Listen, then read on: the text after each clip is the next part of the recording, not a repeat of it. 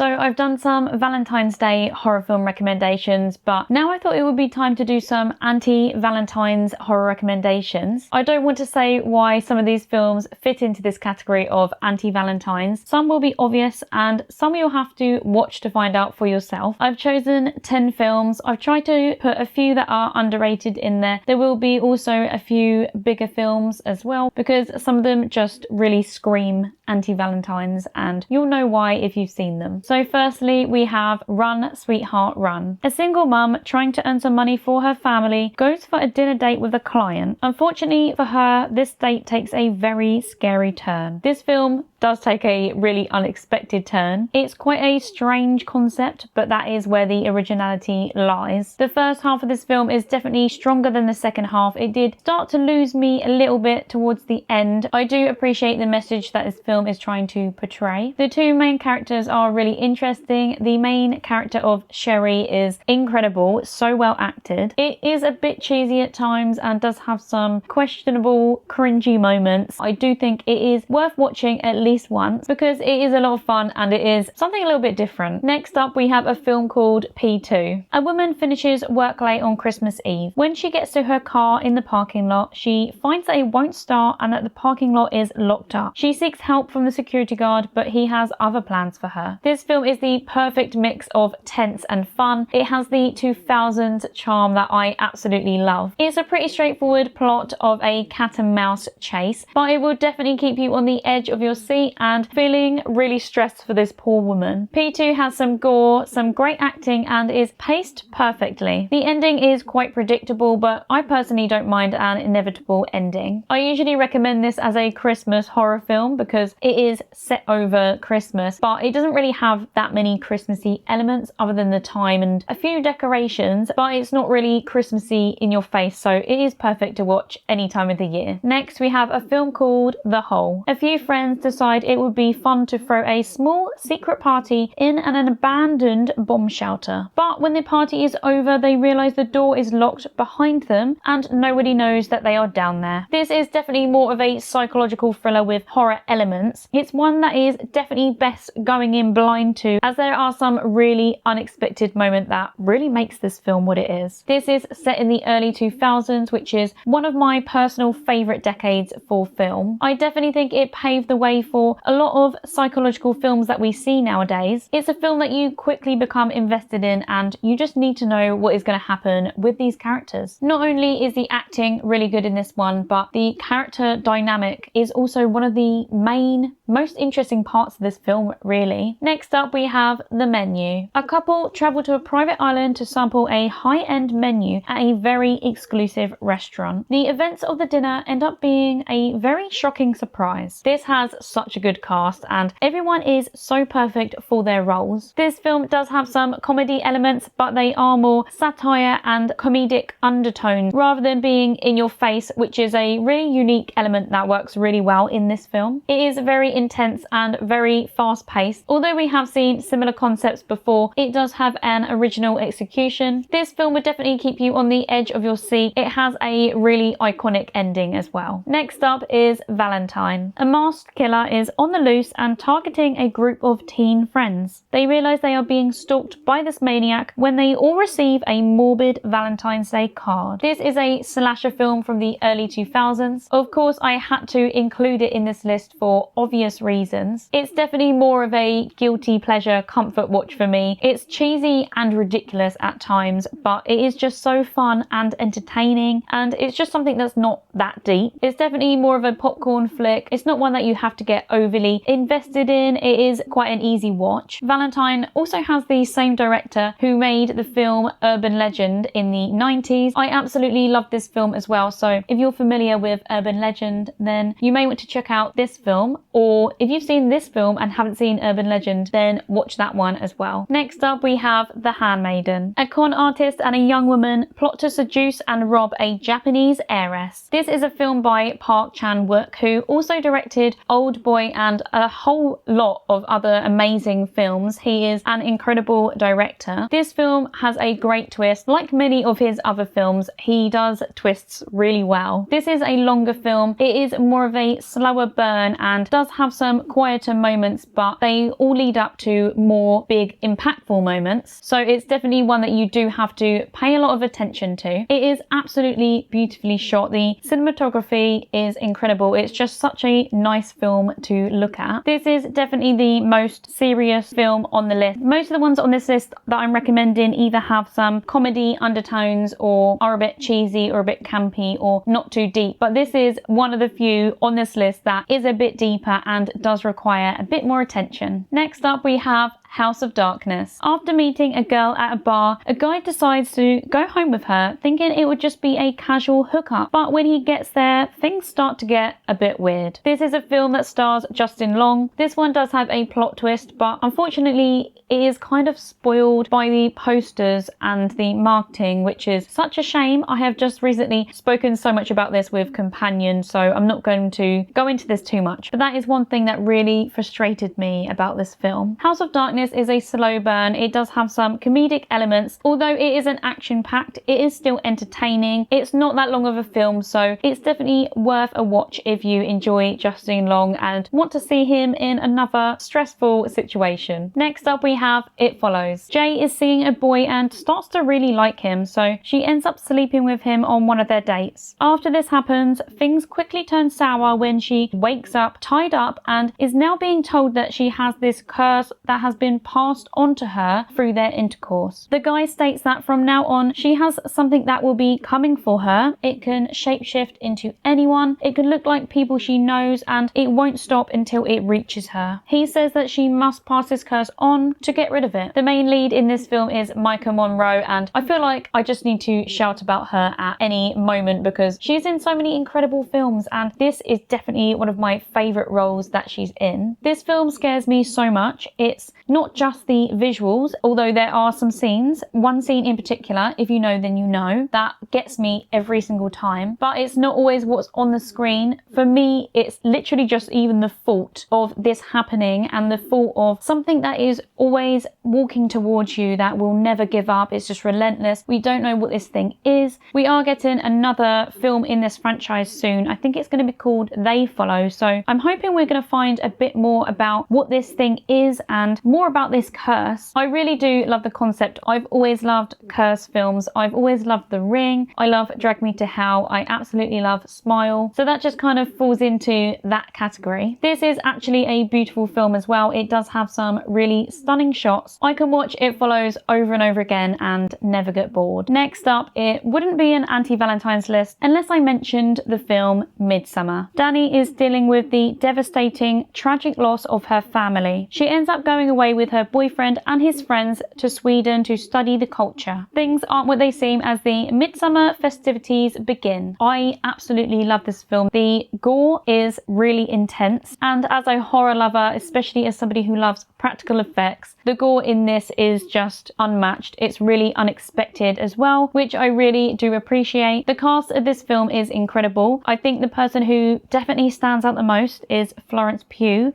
Her performance in this film is incredible. Her portrayal of grief, honestly, watching her go through what she goes through and how she expresses herself grieving, it's hard not to get really emotional as somebody who's watching it because you do feel really connected to her because of how real and raw her performance is. It's honestly hard not to cry with her at some scenes. Midsommar has such a good ending. It is so stressful to the build up, but also really beautiful. The ending especially has some really impactful shots. They are beautiful, but also have meaning behind them. Last on this list is My Bloody Valentine. 10 years have passed since the tragic deaths of 5 minors. One of them has come back for a vengeful killing spree of the town's teen sweethearts. I obviously had to include this film, specifically for me, the 2009 remake, just because I grew up watching this film. I watched it over and over again as a teen. I even have the 3D DVD that comes with the 3D glasses that I bought around the time that the film was released. Of course, you can also watch the original. I think it really depends on what mood you're in. If you're in the mood for more of a cheesy, campy 2000s horror, then watch this one. But if you're feeling like an 80s campy slasher, then the original is also great to watch on Valentine's Day. This is a slasher film, so you can definitely expect some fun kills and an iconic killer. This one is definitely the most popular horror film that people watch on Valentine's Day, so of course it had to be my number one because I feel like so many of us will be watching this film or the original on Valentine's Day. I wanted to also give some special mentions to the films Companion,